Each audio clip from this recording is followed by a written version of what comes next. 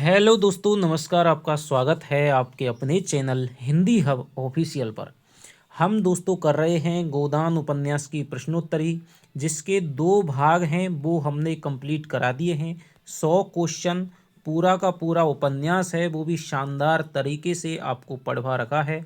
आप description box में link है, प्लेलिस्ट है, वहाँ से जाकर के उपन्यास को पढ़िए। यदि नहीं पढ़ा है आपको तो कठिन लगता है, और यदि पढ़ लिया है तो प्रश्नोत्तरी भाग 1 और भाग 2 को देखिएगा।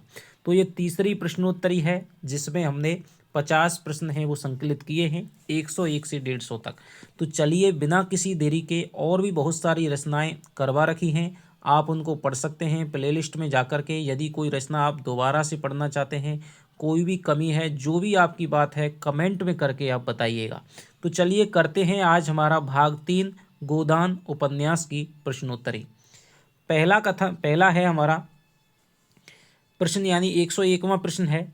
दोहरे बदन के ऊंचे आदमी थे, गठा हुआ शरीर, तेजस्वी चेहरा, ऊंचा माथा, गोरा, जिस पर रेशमी चादर खूब खिल रही थी। वक्तव्य किस पात्र की शारीरिक दशा को व्यक्त करता है? राय साहब की, ओंकारनाथ की, श्याम बिहारी तनखा की, प्रोफेसर मेहता की।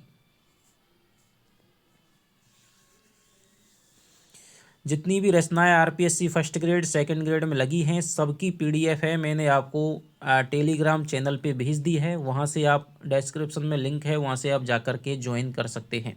तो बताइए किसके बारे में ये लेखक का कथन है? तो ये जो कथन है दोस्तों, ये राय साहब के बारे में है। आगे चलते हैं। गोदान के उस पात्र का नाम बताइए जिसको राय साहब की रचना शक्ति में संदेह था, और जो समझता था कि प्रतिभा तो गरीबी में ही चमकती है। ओंकारनाथ, मिस्टर मेहता, श्याम बिहारी तनखा, मिस्टर खन्ना।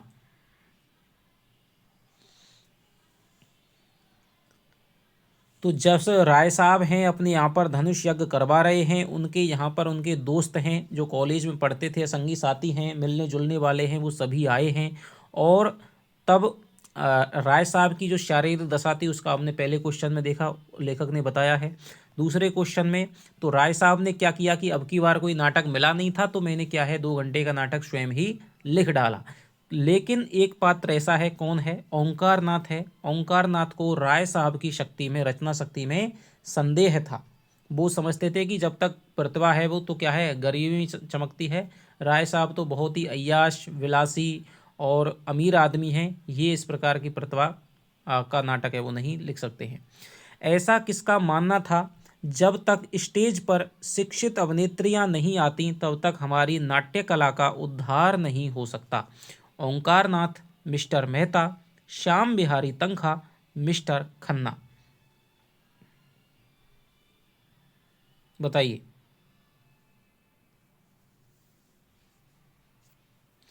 तो ये दोस्तों मानना था हमारे मिस्टर किसका? श्याम बिहारी तनखा का मानना था। हालांकि तनखा को इन चीज़ों में रुचि नहीं थी, लेकिन वो भी अपनी कुछ बात कह करके दिखा देना चाहते थे।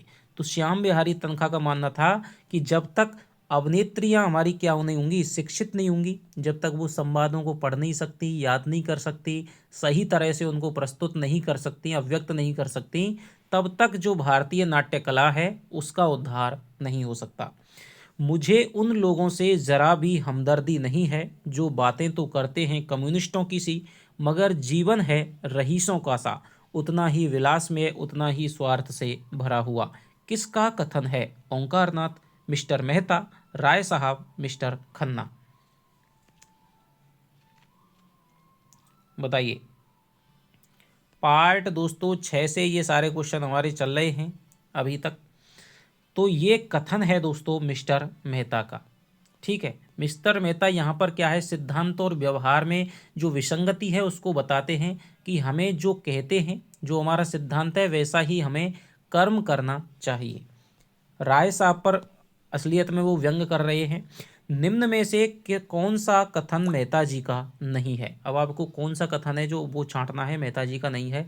संसार में छोटे बड़े हमेशा रहेंगे और उन्हें हमेशा रहना चाहिए। इसे मिटाने की चेष्टा करना मानव जाति के सर्वनाश का कारण होगा। दूसरा है, मैं नकली जिंदगी का विरोधी हूँ। अगर मांस खाना अच्छा समझते हो तो खुलकर खाओ, बुरा समझते हो तो मत खाओ। किसी को भी दूसरे के श्रम पर मोटा होने का अधिकार नहीं है उपजीवी होना घोर लज्जा की बात है। कर्म करना प्राणी मात्र का धर्म है। चौथा है आश्चर्य अज्ञान का दूसरा नाम है। कौन सा जो कथन है मेहता का नहीं है, बताइए।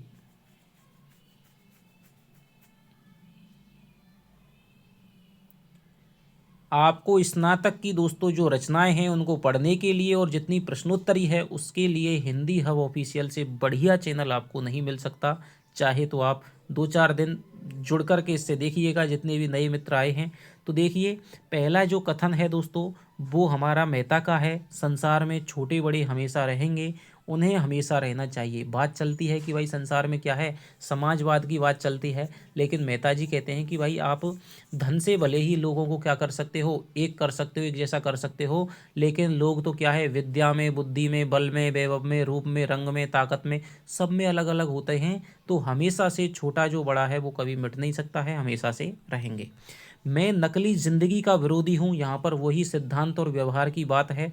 अगर मांस खाना अच्छा समझते हो खाओ, और बुरा समझते हो तो मत खाओ, लेकिन मांस खाने को बुरा बताना और छिप छिप करके खाना, ये तो सही बात नहीं है। तो ये बात भी मेहता जी कहते हैं।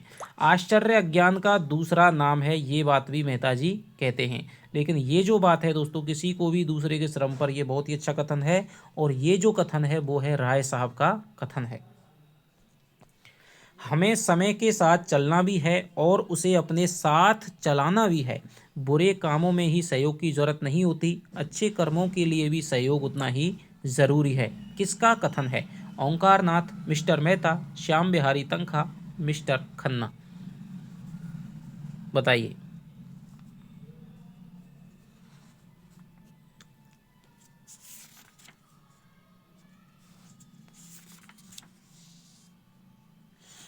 तो ये जो कथन हो जाएगा दोस्तों वो हो जाएगा आपके मिस्टर ओंकार नाथ का।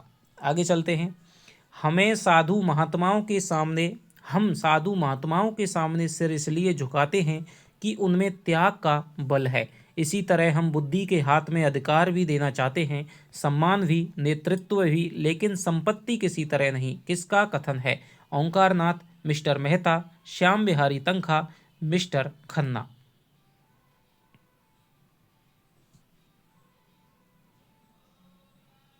बताइए।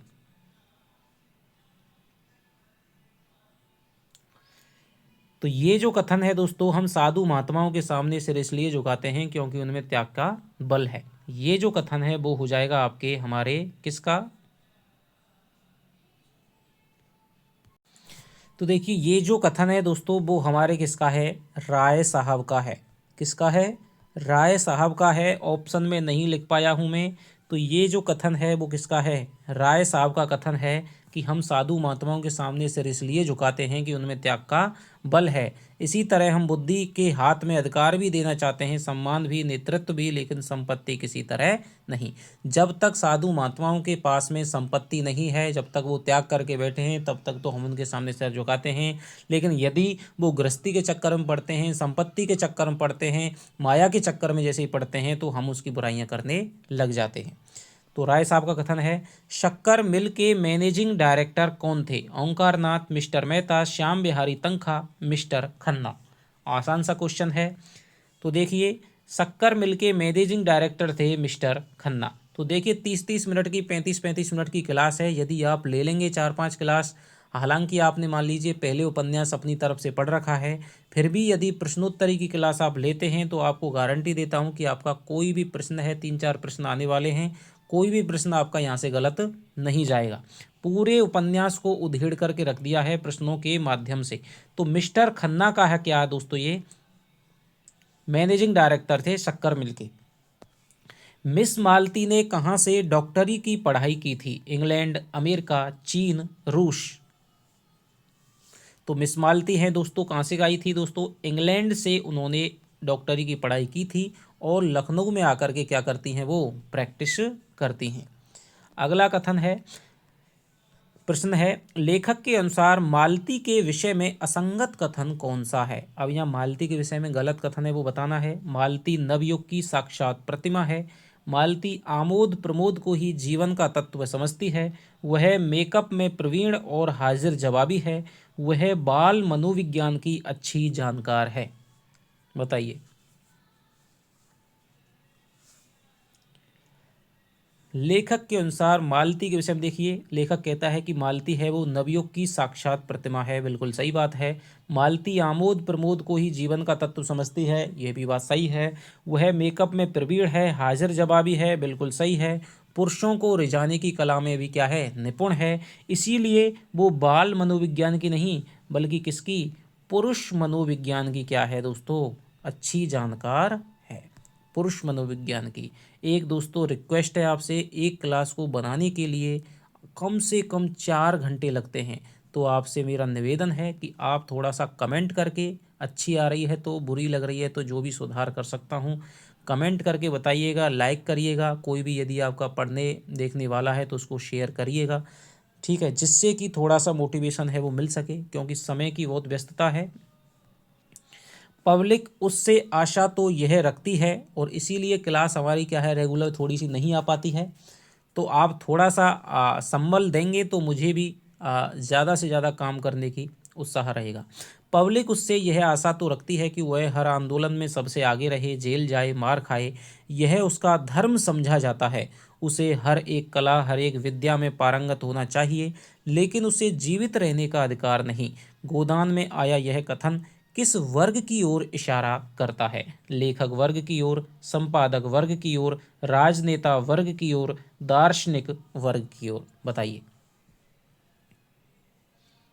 क्वेश्चन बड़ा है तो आप पॉज करके आंसर दे सकते हैं और कमेंट में करके बताइएगा कितने क्वेश्चन आपके सही हुए।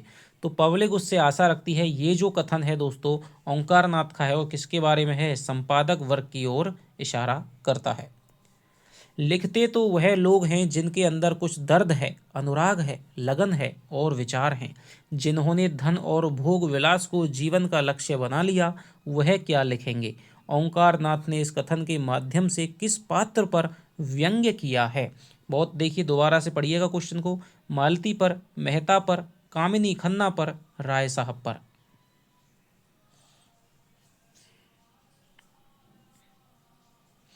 तो देखिए, जब मिलते हैं, बिजली पत्र के संपादक कौन हैं? ओंकार नाथ हैं। और ओंकार नाथ मिसेज किससे मिलते हैं? खन्ना से मिलते हैं, यानी कामिनी खन्ना से मिलते हैं और उनको कविता लिखने के लिए प्रोत्साहित करते हैं। वो कहते हैं कि भाई आप मुझको कविता दीजिएगा।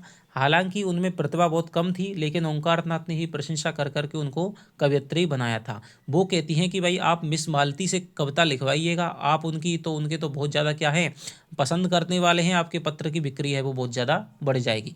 तब ओंकार नाथ ये कथन कहते हैं कि लिखते तो वह हैं जिनके अंदर क्या है, कुछ दर्द है, अनुराग है, लगन है, विचार है। वो क्या लिखेंगे जिसने भोग विलास को जीवन का लक्ष्य बना लिया? तो ये मालती पर यहाँ पर ये व्यंग कर रहे हैं। आगे चलते हैं। मालती कहती है, मुझे सबसे ज़्यादा डर खाली स्थान से लगता है, रिक्त स्थान की पूर्ति। तो किससे लगता है मालती को? संपादकों से, दार्शनिकों से, लेखकों से, समाजवादियों से? तो मालती कहती है मुझे सबसे ज़्यादा डर है वो किससे लगता है? संपादकों से लगता है। आगे चलते हैं। मैंने अपने सिद्धांतों को सदैव ऊंचा और पवित्र रखा है और जीते जी उनकी रक्षा करूंगा। दौलत के पुजारी तो गली गली मिलेंगे, मैं सिद्धांत के पुजारियों में से हूँ। किसका कथन है? ओंकार नाथ, मिस्टर मेहता, श्याम बिहारी तनखा, मिस्टर खन्ना?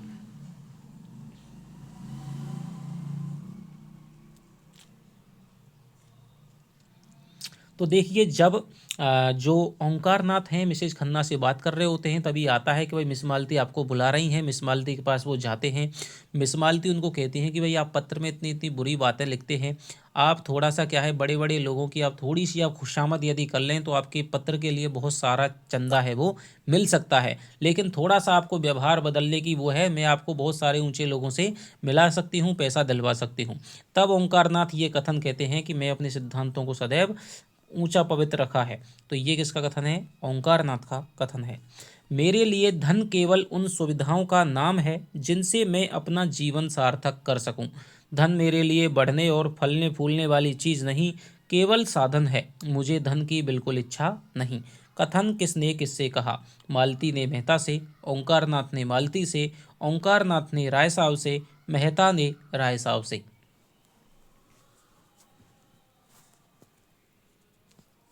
बताइएगा। कमेंट करके ज़रूर बताएं कि आपके कितने क्वेश्चन हैं वो 50 में से सही हुए। तो देखिए ये जो कथन है दोस्तों, ये मेहता ने किससे कहा? राय साहब से कहा। बात चल रही होती है कि भाई धन की ज़्यादा की, मेहता जी कहते हैं धन की बुराई करते हैं, ठीक है। तब वो कहते हैं कि आप भी तो हज़ारों रुपए लेते हैं। तब मेहता है ये जो कथन कहते हैं कि भाई मैं 1000 नहीं लूँगा, मेरे लिए धन केवल क्या है? सुविधाओं का नाम है, और यदि आप मेरे लिए उन चीज़ों की व्यवस्था करवा दें जिनसे मेरा काम चल जाए तो मुझे 1000 की कोई ज़रूरत नहीं है। तो मेहता ने राय साहब से यह कथन कहा। आगे चलते हैं, निम्न में से कौन सा कथन मेहता का नहीं है? बताइए। मुक्त भोग आत्मा के विकास में बाधक नहीं होता। विवाह तो आत्मा और जीवन को पिंजरे में बंद कर देता है। विवाह को मैं सामाजिक समझौता समझता हूँ और उसे तोड़ने का अधिकार ना पुरुष को है ना स्त्री को। समझौता करने से पहले आप स्वाधीन हैं, समझौता हो जाने के बाद आपके हाथ कट जाते हैं। बंधन और निग्रह पुरानी थ्योरियाँ हैं, नई थ्योरी है मुक्त भोग। विचार और व्यवहार में सामंजस्य का ना होना ही धूर्तता है, मक्कारी है। तो किसका ये दोस्तों कथन है? कौन सा कथन है जो मेहता का नहीं है? बताइएगा।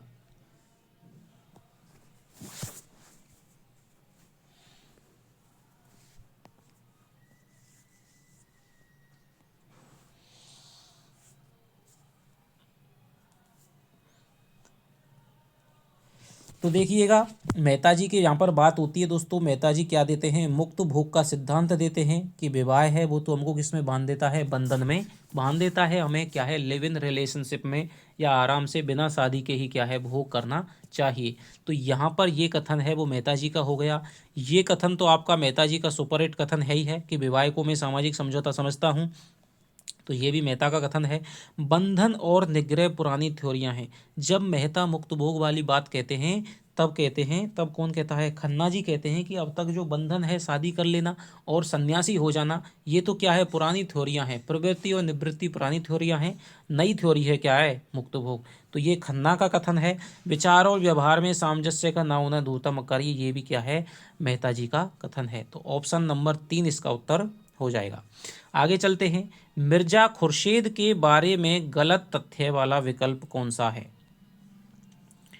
मिर्जा सूफी मुसलमान थे, 3 बार हज कर आए थे। उनके पास लखनऊ की सबसे चलती हुई जूते की दुकान थी। शराब के खूब बड़े शौकीन थे। लेखक के अनुसार बड़े दिल्लगीबाज और बेफिक्रे जीव थे। बेफिक्रे जीव थे। कौन सा कथन है वो गलत है? तो देखिए यहाँ पर जो गलत कथन हो जाएगा, लेखक के अनुसार बड़े दिल लगी बाज, ये बिल्कुल सही कथन है। शराब भी खूब पीते थे, ये भी सही कथन है। लखनऊ की सबसे चलती हुई जूते की दुकान थी, ये भी सही बात है। मिर्जा सूफी मुसलमान थे, ये भी सही है। लेकिन 3 बार नहीं दोस्तों, कितनी बार? 2 बार वो हज करके आ गए थे। राय साहब का सितारा बुलंद था, उनके तीनों मंसूबे पूरे हो गए थे। दिए गए विकल्पों में से कौन सा राय साहब के 3 मंसूबों में शामिल नहीं था? अपनी बेटी मीनाक्षी की शादी करना, निर्वाचन में सफल होकर होम मेंबर बन जाना, धनुष यज्ञ के लिए 20,000 रुपयों का प्रबंध कर लेना, ससुराल की रियासत वाले मुकदमे को जीत जाना। बताइए।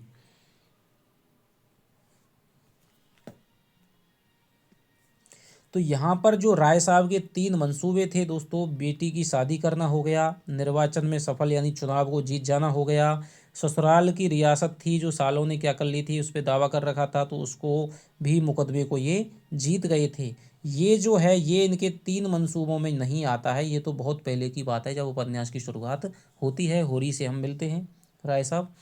निर्वाचन में सफल होने के बाद राय साहब ने 3 नए स्थानों पर बंगले खरीदे, ठीक है। कौन सा उनमें से नहीं है? नैनीताल, मंसूरी, शिमला और धर्मशाला। तो कौन से स्थान पर राय साहब ने बना बनाया बंगला नहीं खरीदा था? तो देखिए, राय साहब चुनाव जीत गए हैं। अब वो सोचते हैं कि भाई राजा साहब के तो क्या है, शिमला मसूरी नैनीताल में बंगले हैं, और वो जब जाते हैं तो वो कहीं ना कहीं उन्हें ठहरना पड़ता है किराए के में। अब वो नहीं रह सकते, अब इतने बड़े बन गए हैं, मंत्री बन गए हैं, तो कम से कम उन्हें अपने घर का अपना घर चाहिए। तो उन्होंने कहा कि घर बनवाने पड़ेंगे, लेकिन उन्हें जल्दी ही बने बनाए 3 बंगले तीनों स्थानों पर मिल गए। नैनीताल में, मंसूरी में और शिमला में। धर्मशाला की जगह नहीं आई है। एक बंगला उनका कहाँ पर था? लखनऊ में था ही। आगे चलते हैं, लेखक के अनुसार राय साहब के जीवन की सबसे बड़ी विजय क्या थी? ससुराल के रियासत के मुकदमे में अपने विरोधियों को हराना, ओंकार नाथ के पत्र में सम्मानजनक स्थान हासिल करना, हिज मैजेस्टी के जन्मदिन पर राजा की पदवी मिलना, उनके लड़के के लिए सूर्य प्रताप सिंह की लड़की के विवाह का संदेश आना। बताइए। राय साहब के जीवन की सबसे बड़ी विजय क्या थी दोस्तों? लेखक कहता है कि भाई अब तक सारे कुछ जीत गए थे, इसमें कोई बड़ा बात नहीं थी, लेकिन लड़के के लिए जब राजा, उनके विरोधी जो खड़े हुए थे सूर्य प्रताप सिंह, उनकी लड़की के विवाह का संदेश आया, किसके लिए? रुद्रपाल के लिए, तब उनके जीवन की सबसे बड़ी वो विजय थी। तो ये ऑप्शन हो जाएगा। राय साहब के बेटे रुद्रपाल के विषय में असंगत कथन की पहचान कीजिए। विवाह के संदेश के समय बीए में पढ़ रहा था, बड़ा ही निर्भीक और पक्का आदर्शवादी था, अभिमानी, रसिक और आलसी युवक था, वह अपने ऊपर भरोसा रखने वाला था तथा उसे पिता की धन और मान लिप्सा बुरी लगती थी। कौन सा कथन है जो रुद्रपाल के विषय में गलत है? तो देखिए, हम जब रुद्रपाल से परिचय पाते हैं, उपन्यास के बहुत आखिर में आता है कि भाई राय साहब के पास में किसका संदेश आता है? सूर्य प्रताप की लड़की का क्या आता है? विवाह का संदेश आता है कि भाई आपके बेटे से मैं अपनी बेटी का विवाह करना चाहता हूं। और राय साहब के लिए बड़ी ही क्या हो जाती है, गर्व की बात हो जाती है कि आज उनका विरोधी जो उनके चुनाव में खड़ा हुआ था और बड़ा राजा है, ठीक है, वो अपनी बेटी का संदेश भेज रहा है। तो वो अपने लड़के रुद्रपाल के लिए उस विवाह को, हालांकि वो जोर जबरदस्ती नहीं करना चाहते थे, लेकिन वो जानते थे कि मैं स्वीकार कर लूँगा तो लड़का तो मान ही जाएगा, और वो स्वीकार कर लेते हैं। तब रुद्रपाल का जिक्र आता है, तब उसके बारे में बताया जाता है कि विवाह के संदेश के समय जो रुद्रपाल है वो बीए में नहीं दोस्तों, किसमें? एमए में पढ़ रहा था। बड़ा ही निर्भीक और पक्का आदर्शवादी था, बिल्कुल सही बात है। अभिमानी, रसिक और आलसी युवक था, अपने पर भरोसा करने वाला था, पिता की धन और मान लिप्सा है उसे बुरी लगती थी। इसका ऑप्शन हो जाएगा 1 नंबर। मैं तो 4 दिन का मेहमान हूँ, तुम्हारे सामने जीवन पड़ा है, मैं तुम्हारे ऊपर दबाव नहीं डालना चाहता, मेरा यह भी धर्म है कि तुम्हें गलती करता देखूं तो चेतावनी दे दूं। यह कथन किससे कहा जा रहा है? अमरपाल से। देखिए, किससे कहा जा रहा है? अमरपाल से, रुद्रपाल से, मालती से, सरोज से। मैं तो 4 दिन का मेहमान हूँ। तो ये जो दोस्तों कथन है वो राय साहब हैं, अपने बेटे किससे कह रहे हैं? रुद्रपाल से कह रहे हैं। राय साहब का जो वास्तविक नाम है वो क्या है? राय साहब अमरपाल सिंह, उनके बेटे का नाम है रुद्रपाल सिंह। आगे चलते हैं। हम जिनके लिए त्याग करते हैं उनसे किसी बदले की आशा ना रखकर भी उनके मन पर शासन करते हैं, चाहे वह शासन उन्हीं के हित के लिए हो। यद्यपि उस हित को हम इतना अपना लेते हैं कि वह उनका ना होकर हमारा हो जाता है। कथन किसका है? राय साहब का, मेहता का, मालती का, लेखक का? हम जिनके लिए त्याग करते हैं उनसे किसी बदले की आशा ना रखकर भी उनके मन पर शासन करते हैं, चाहे वह शासन उन्हीं के हित के लिए हो। यद्यपि उस हित को हम इतना अपना लेते हैं कि वह उनका ना होकर हमारा हो जाता है। कथन दोस्तों किसका है? ये कथन हो जाएगा किसका? ये हो जाएगा स्वयं लेखक का, ये कथन हो जाएगा। वह आग में पड़कर चमकने वाली सच्ची धातु है, वह उन वीरों में है जो अवसर पड़ने पर जौहर दिखाते हैं, तलवार घुमाते नहीं चलते। कथन किसके बारे में कहा गया है? मालती के बारे में, सरोज के बारे में, रुद्रपाल के बारे में, कामिनी खन्ना के बारे में?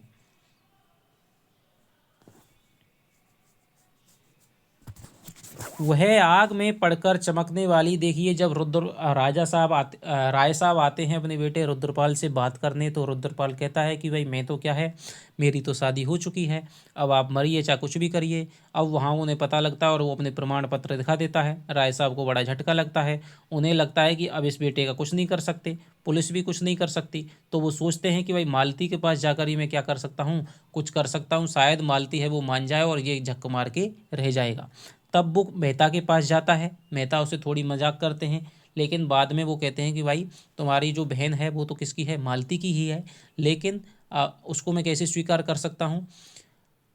तब वो कहते हैं कि आपने मालती को क्या समझ रखा है, मैं भी ऐसा ही समझता था, लेकिन अब मुझे पता लग गया कि वह आग में पड़कर चमकने वाली सच्ची धातु है। तो ये दोस्तों मालती के बारे में कहा जा रहा है। और उसकी बहन से सरोज से ही किसका विवाह हो रहा है, रुद्रपाल का विवाह हो गया है। इज्जत ठाठ से नहीं होती, लियाकत से होती है।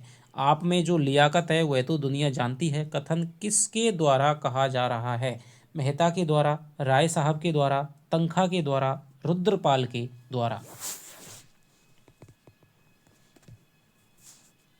तो ये जो कथन कहा जा रहा है वो कहा जा रहा है दोस्तों, जब राय साहब मेहता से मालती से मिलकर के आ जाते हैं तब उन्हें पता लगता है कि भाई तनखा का कार्ड मिलता है, तो उसको बुला लेते हैं। तनखा राजा साहब की बुराई करता है और राय साहब की बड़ाई करता है। वो कहता है कि भाई राजा साहब आपकी बुराई करते थे, इसलिए मैं तो वहाँ से छोड़ करके भाग आया। तनखा बहुत ही अवसरवादी आदमी है और तब वो राय साहब की प्रशंसा में कहता है कि इज्जत है, राजा साहब जो सोचते हैं मेरी इज्जत है, तो इज्जत ठाठ से नहीं होती बल्कि किससे होती है, लियाकत से होती है। तो ये तनखा के द्वारा कहा गया कथन है। आगे चलते हैं। आप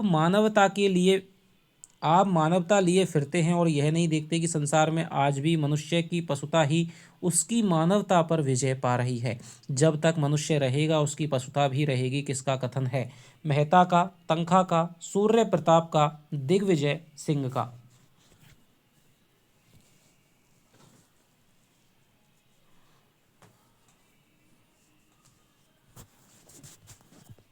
बताइए। तो ये जो कथन हो जाएगा दोस्तों वो हो जाएगा हमारे राजा साहब यानी सूर्य प्रताप सिंह का। तनखा जब बैठा होता है तभी सूर्य प्रताप हैं वो भी राय साहब से मिलने के लिए आ जाते हैं और तनखा को भी भली बुरी कह के भगा देते हैं। तब दोनों में बातचीत होती है कि भाई ऐसा करता हूँ मैं उस लड़की को ही क्या करवा देता हूँ, गायब करवा देता हूँ। लेकिन राय साहब हैं उन्होंने भी ये बात सोची थी लेकिन उसको आकार नहीं लेने दिया था। तब वो कहते हैं कि भाई ये हमारे लिए सही नहीं है। तब वो कहते हैं कि मानवता के लिए फिरते हैं, यदि नहीं देखते संसार में आज भी मनुष्य की पछताई उसकी मानवता पर विजय पा रही है। तो ये राजा का कथन है। एक खालिस्तान थी जो विलायत से वार एटला होकर आई थी और यहाँ पर्दा नशी महिलाओं को कानूनी सलाह देने का व्यवसाय करती थीं। उन्हीं की सलाह से मीनाक्षी ने पति पर गुजारे का दावा किया। रिक्त स्थान की पूर्ति कीजिए। मिस राजिया, मिस सुल्तान, मिस जहां आरा, मिस राविया। खालिस्तान में क्या आएगा, कौन ऐसी थी जो विलायत से वारेटला होकर के आई थी और जो मीनाक्षी को क्या कर रही थी, गुजारा भत्ता के लिए सलाह दे रही थी। तो ये थी दोस्तों मिस सुल्तान थी, मिस सुल्तान। आगे चलते हैं। वह मोह को छोड़ना चाहते थे पर मोह उन्हें ना छोड़ता था। लेखक का यह कथन किस पात्र के बारे में है, राय साहब, मेहता, मिस्टर खन्ना, राजा साहब। तो जब उन्हें पता लगता है कि लड़का क्या है हाथ से निकल गया तब वो क्या है, बड़े ही क्या हो गए, बिल्कुल निराशा से भर गए और वो सोचते थे कि इन सब के लिए ये मैंने किया, मैं किसके लिए दुख झेलूं। विधुर हो गए थे, शादी भी नहीं की थी बच्चों के लिए, बच्चे इस प्रकार कर रहे हैं। तो वो मोह को छोड़ना चाहते थे पर मोह उन्हें नहीं छोड़ता था। तो ये राय साहब के बारे में कहा गया है। आगे चलते हैं। भोला की नई स्त्री का क्या नाम था, सिलिया, नोहरी, चुनिया, चुहिया। तो आप जानते हैं भोला जो नया विवाह करके लाया था, शुरुआत से हम देखते हैं होरी से वो बात की कहता, विवाह की कहता है, लेकिन आखिर में भोला नया विवाह कर लाता है और उसकी स्त्री का नाम था क्या, नोहरी नाम था। नोखेराम ने भोला को कितने रुपए महीना पर नौकर रख लिया, 2 रुपये महीना, 4 रुपये महीना, 3 रुपये महीना, 5 रुपये महीना। तो जब नौहरी घर में आ जाती है तो सास बहू का झगड़ा होता है और झगड़े के चक्कर में बाप बेटे का भी झगड़ा हो जाता है, न्यारा हो जाता है। कामता जो उसका बड़ा बेटा है वो उसकी क्या कर देता है, धुनाई कर देता है, उसको घर से निकाल देता है। रात भर पेड़ के नीचे काटते हैं, सुबह जाकर के अपने कारकुन यानी नोखेराम से फरियाद करते हैं और उन्हें कहते हैं कि भाई इस तरह हमारे साथ हो गया है। नोखेराम है वो उनको रखना तो नहीं चाहता था, लेकिन उसके साथ में भोला के साथ में एक चटपटी स्त्री को देख करके रखने के लिए राजी हो जाता है। तो यहाँ पर 3 रुपये महीना पर वो उसको नौकरी रख लेता है। नोखीराम के विषय में असंगत कथन है।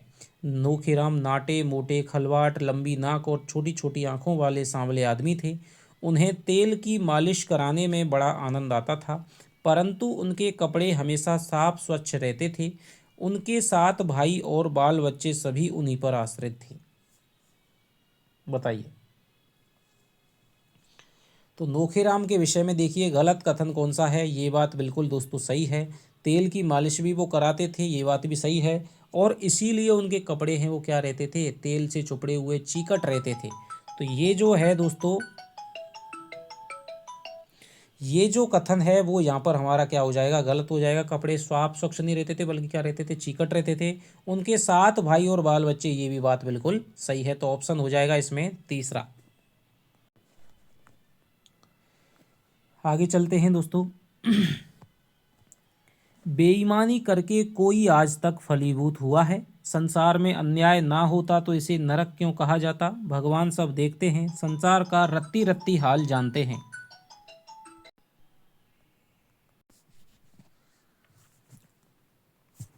बेईमानी करके कोई आज तक फलीभूत हुआ है, संसार में अन्याय ना होता तो इसे नरक क्यों कहा जाता, भगवान सब देखते हैं, संसार का रत्ती रत्ती हाल जानते हैं। कथन किसका है, झिंगुरी सिंह का, पटेश्वरी का, होरी का, नोखेराम का, बताइए।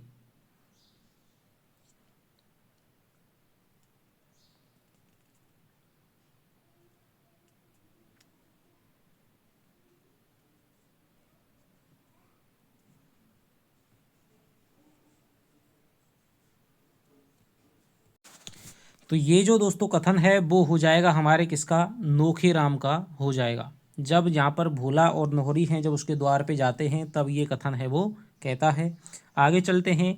लेखक ने सारे गांव का विदूषक व नारद किसे कहा है, दाता दीन को, शोभा को, गिरधर को, झिंगुरी सिंह को।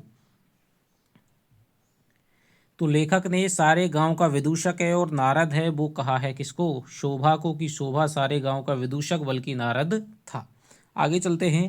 ओंकार नाथ को शराब पिलाने के लिए मालती ने कितने रुपए की फीस बताई, 100 रुपये, 50 रुपये, 1000 रुपये, 5000 रुपये। ओंकार नाथ जब उसमें आते हैं किसमें, राय साहब के यज्ञोपवीत में, सारे लोग वहाँ बैठे हुए होते हैं। तभी वो कहते हैं कि ओंकार नाथ जी नहीं है। राय साहब कहते हैं कि भाई उसका धर्म क्यों भ्रष्ट करवा रहे, क्योंकि वो तो सारे क्या कर रहे थे, कबाब वगैरह मांस मदिरा खा रहे थे। ओंकार नाथ केवल फलाहार करने के लिए अपने कमरे में चले गए। तब वो मिर्जा खुर्शीद कहते हैं कि भाई आप यदि मालती जी उनको शराब पिला दें तो आपके लिए क्या है, इनाम मिलेगा 500 रुपये का। लेकिन वो कहती हैं कि भाई 500 रुपये नहीं, मैं तो क्या है 1000 रुपये से एक कौड़ी भी कम नहीं लूँगी। तो 1000 रुपये की वो फीस बताती है। अब सारे लोगों की रुपए लेने की तलाशी होती है, तो कौन कितने कितने रुपए देता है, इस पर अगला क्वेश्चन है। मालती की फीस के रुपए के लिए लोगों द्वारा दिए गए रुपयों के संबंध में असंगत विकल्प है। मिर्जा खुर्शीद ने 100 रुपये दिए, मिस्टर खन्ना ने 500 रुपये दिए, राय साहब ने 300 रुपये दिए, मेहता ने केवल अठन्नी दी। कौन सा कथन है वो इसमें से गलत है। तो मालती जब 1000 रुपये की डिमांड करती है तब मिर्जा खुर्शीद हैं सारे पुरुषों से क्या करते हैं, उनको उकसाते हैं कि भाई आज तुम रुपये दे दोगे तो पुरुषों की लाज बच जाएगी, रुपया भले ही चला जाएगा लेकिन अपना कम से कम नाम तो रह जाएगा। तो वो सबसे रुपए मांगते हैं और सबसे रुपए मांगते तो क्या मिलता है, देखिए मिर्जा खुर्शीद ने खुद 100 रुपये का नोट दिया, बिल्कुल सही बात है। मिस्टर खन्ना ने 500 रुपये दिए, नहीं दोस्तों गलत है। मिस्टर खन्ना ने केवल 10 रुपये दिए थे। 500 रुपये हैं वो तो किससे लाए थे, मिस कामनी खन्ना से। कौन लाए थे, मेहता जी मांग करके लाए थे। मेहता मांग कर लाते हैं। जब वो कहते हैं कि भाई खन्ना जी के पास में जाइए, उनके मिस्टर मिसेज खन्ना के पास में जाइए, तब खन्ना बोलते हैं कि उसके पास क्या रुपए होंगे। लेकिन वो जाते हैं और कहते हैं कि मालती की 1000 रुपये की अंगूठी है और उसने इस बात पे धर दिया कि किसी के पास रुपए हो तो ले लो, 500 रुपये में 1000 रुपये की अंगूठी मिल जाएगी। उसने सोचा है कि रुपए किसी के पास नहीं होंगे। तो मिस्टर मिसेज जो खन्ना है वो 500 रुपये तुरंत निकाल करके दे देती, कहती है कि मैं जब ऐसी जगह जाती हूँ तो रुपये रख करके ले जाती हूँ। तो 500 रुपये किसने दिए, मिसेज खन्ना ने दिए, मिस्टर खन्ना ने केवल 10 रुपये दिए थे। राय साहब ने 300 रुपये दिए, बिल्कुल सही बात है। मेहता ने केवल अठन्नी दी, बिल्कुल सही बात है। आगे चलते हैं। गोदान में आए अफगान के कथन से गलत कथन है। गोदान में आए अफगान के कथनों से गलत कथन है। हमारा इस जगह 25 जवान है, इस जिला में हमारा 500 जवान काम करता है, हमारे कबीले में 10,000 सिपाही हैं, अंग्रेज सरकार हमको 50,000 सालाना खिराज देता है। ये 50 है दोस्तों, 50,000 सालाना खिराज देता है। बताइए। गोदान में आए अफगान के कथनों से गलत कथन कौन सा है।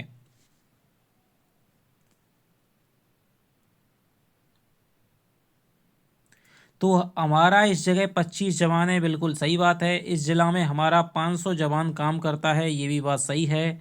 इस कबीले में हमारे 10,000 सिपाही हैं, ये भी बात सही है। अंग्रेज सरकार हमको 50,000 नहीं दोस्तों, कितने, 20,000 सालाना खराज देता है। तो 20,000 की बात कहता है वो। प्राण का मोह प्राणी मात्र में होता है, और हम लोगों में तो हो भी हम लोगों में भी हो तो लज्जा की कोई बात नहीं। आप हमारी जान इतनी सस्ती समझती हैं, यह देखकर मुझे खेद होता है। मालती से किसका कथन है? मिर्जा खुर्शीद का, खन्ना का, राय साहब का, तंखा का? बताइए।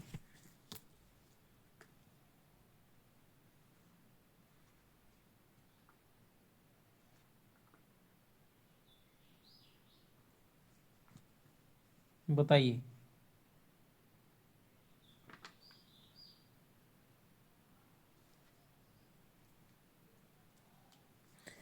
तो ये जो दोस्तों कथन हो जाएगा वो किसका हो जाएगा? ये हो जाएगा मालती से। कौन कह रहे हैं? कौन कह रहे हैं दोस्तों? ये कह रहे हैं खन्ना जी कह रहे हैं। खन्ना जी कह रहे हैं कि भाई अफगान है, बिना रुपए लिए जाएगा नहीं, और आपके पास तो 1,000 रुपये पहले से पड़े हुए हैं, तो आप इनको देख करके हमारी जान छुड़ा दीजिए। लेकिन मालती कहती हैं कि भाई आप, मेरी समझ में ये नहीं है, आप इतने इतने बहादुर लोग हैं, इतने तगड़े लोग हैं, आप इस खान से डर रहे हैं। दो चार लोग मरेंगे ही तो सही, मर जाएंगे, कोई दिक्कत नहीं है, लेकिन इस खान को सबक सिखा दो। तो ये खन्ना का कथन है। आगे चलते हैं। खालिस्तान पटवारी समुदाय के सद्गुणों के साक्षात अवतार थे, रिक्त स्थान की पूर्ति कीजिए। नोखीराम, पटेश्वरी, भुवनेश्वरी, मंगरू शाह है।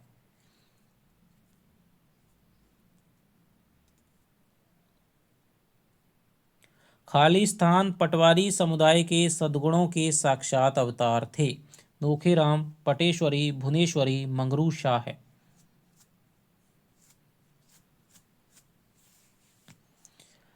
कौन थे? तो ये थे दोस्तों कौन? पटेश्वरी थे, वो पटवारी थे, और इसीलिए पटवारी समुदाय में जितने भी अवगुण होते हैं उनको सद्गुण कहा गया है। उनके वो साक्षात अवतार थे। आगे चलते हैं। ईश्वर की कल्पना का एक ही उद्देश्य उनकी समझ में आता था, और वह था मानव जाति की एकता। एकात्मवाद या सर्वात्मवाद या अहिंसा तत्व को वह आध्यात्मिक दृष्टि से नहीं, भौतिक दृष्टि से ही देखते थे। लेखक का यह कथन किस पात्र के बारे में है? राय साहब, खन्ना, मेहता, ध्यान सिंह? बताइए। तो ये जो लेखक का, प्रेमचंद जी का कथन है, वो किसके बारे में है? मेहता जी के बारे में है। तो कितने क्वेश्चन आपके सही हो रहे हैं दोस्तों, कमेंट में लिख करके ज़रूर बताइएगा। रूप का आकर्षण तो उन पर कोई असर ना कर सकता था, यह गुण का आकर्षण था। किसके गुण के आकर्षण की बात हो रही है? ग्रामीण महिलाओं के, मालती के, धनिया के, सोना व रूपा के? बताइए। यह गुण का आकर्षण था। तो ये जो गुण के आकर्षण की बात हो रही है दोस्तों, ये मालती के गुण के आकर्षण की बात हो रही है। मैं जिस आधार पर जीवन का भवन खड़ा करना चाहता हूँ वह क्या है? अस्थिर है। यह कोई विशाल भवन नहीं है, केवल एक छोटी सी शांत कुटिया है, लेकिन उसके लिए भी तो कोई स्थिर आधार चाहिए। कथन किसका है? मेहता का, गोबर का, लेखक का, माता दीन का?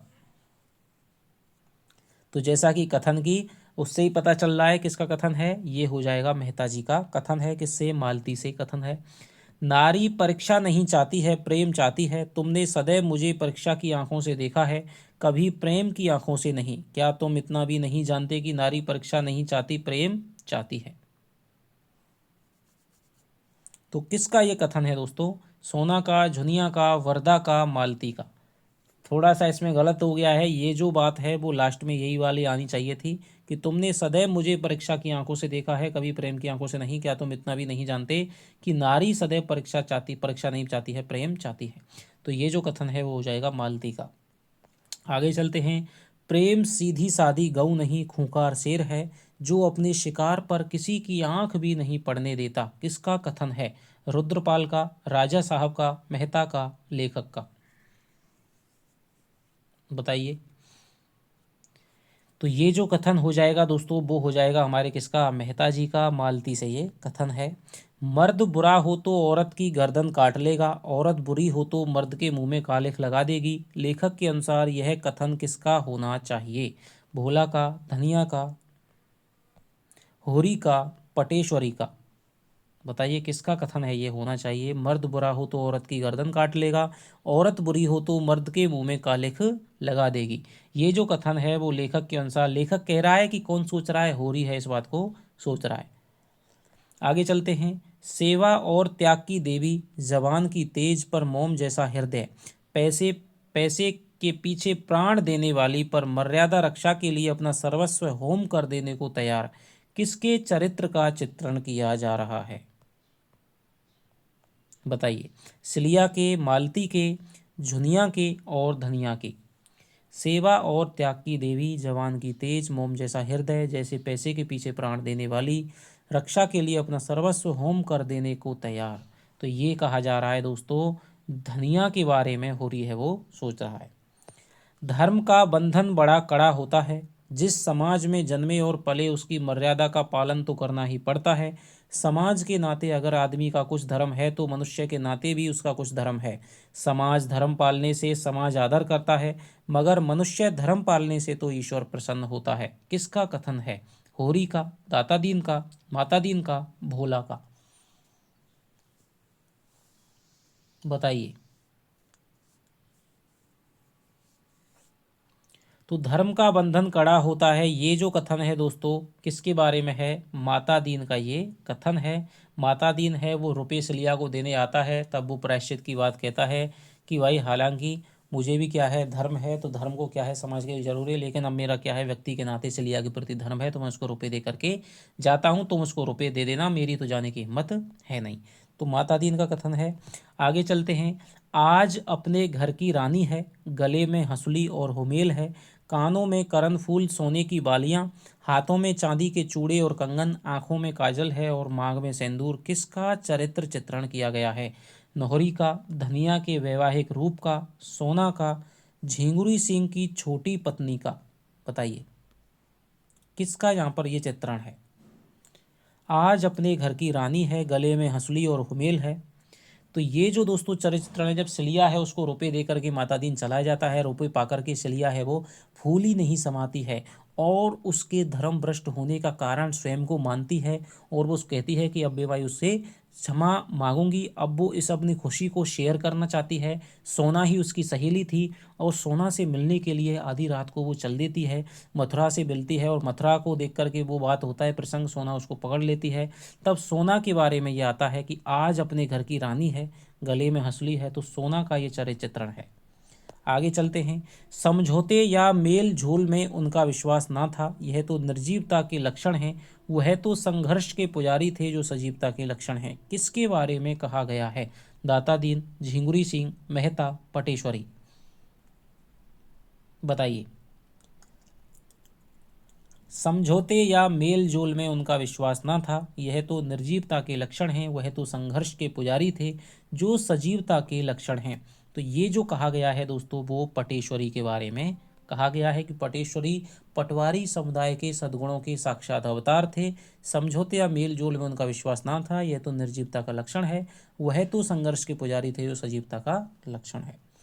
अगर व्यापार को दया का रूप दे सकती तो उसे कोई आपत्ति ना होती, पर दया को व्यापार का रूप देना उसने ना सीखा था। कथन द्वारा किसके बारे में बताया जा रहा है, धनिया, दुलारी, नौहरी, पुनिया। बताइए किसके बारे में ये बताया जा रहा है। अगर व्यापार को दया का रूप दे सकती तो उसे कोई आपत्ति ना होती, पर दया को व्यापार का रूप देना उसने ना सीखा था। तो ये जो बताया जा रहा है दोस्तों वो बताया जा रहा है क्या, किसके बारे में, दुलारी के बारे में। जब पटवारी जी क्या है, पटेश्वरी, पटवारी किसको, पटवारी समुदाय के दुर्गुणों का अवतार थे, और वो मंगरू साय को उकसाते हैं। मंगरू साय सबसे धनी आदमी था, उसका जो मकान है वो गांव के बाहर था, इसलिए ग्रामीण राजनीति से वो बिल्कुल दूर रहता था। बाल बच्चे थे नहीं, इसलिए उसको अपने किसको रुपए दिए, किससे उसे रुपए उगाने, इसकी भी ज़्यादा चिंता नहीं रहती थी। पाठ पूजा में लगा रहता था। लेकिन पटेश्वरी हैं वो चाहते थे कि मंगरू साय के जो हुरी पर जो रुपए हैं वो उनको वो ले ले। वो क्या है, जितना दयावान नहीं था उससे ज़्यादा आलसी था। वो पता था कि भाई कहीं ना कहीं नालिश फरियाद करनी पड़ेगी, तो कोर्ट कचहरी के चक्कर लगाने पड़ेंगे। वो आलसी था। लेकिन जब पटेश्वरी उसको समझाते हैं कि तुम्हें कहीं भी जाना नहीं पड़ेगा, तो वो नालिश फरियाद करवा देता है। होरी की ऊख है वो नीलाम हो जाती है। जो दुलारी सहुआइन से रूपा के विवाह के लिए, सोना के विवाह के लिए कितने रुपए लाया था दोस्तों? होरी लाया था कितने? 200 रुपये लिए थे उसने। 200 रुपये लिए थे। 200 रुपये की जो बात हुई थी, तो वो अब दोस्तों दुलारी है वो मना कर देती है देने से, क्योंकि जिस ऊख पर दिए थे वो ऊख तो नीलाम हो गई। तो अब वो मना कर देती है। तब उसके बारे में एक कथन आई है कि व्यापार को दया का रूप दे सकती तो उसे कोई आपत्ति ना होती। तो दुलारी के बारे में आगे चलते हैं। मेल मोहब्बत से आदमी के 100 काम निकलते हैं, जैसा समय देखो वैसा व्यवहार करो। कथन किसका है? होरी का, भोला का, दाता दीन का, नोहरी का?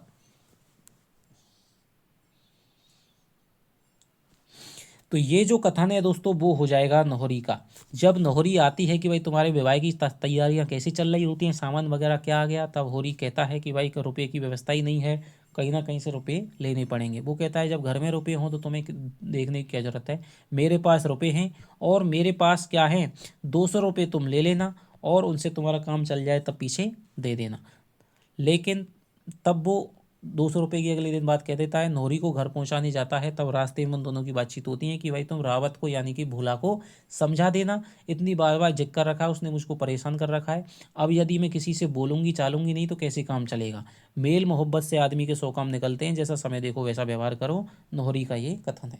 तो ये आपके दोस्तों गोदान उपन्यास की प्रश्नोत्तरी की कौन सी क्लास है? तीसरी क्लास रही। आगे चौथी क्लास ही जल्दी से आएगी, तो इस क्लास को देखिएगा। कितने क्वेश्चन आपके सही हुए हैं उनको कमेंट में आप बताइएगा। कोई भी गलती हो, कोई भी अच्छी बात हो तो भी आप दे करके हमें सुधार कीजिएगा, मोटिवेट कीजिएगा। चलिए आपसे मिलता हूँ अगली क्लास में। तब तक के लिए दोस्तों बाय बाय। जय हिंद, जय भारत।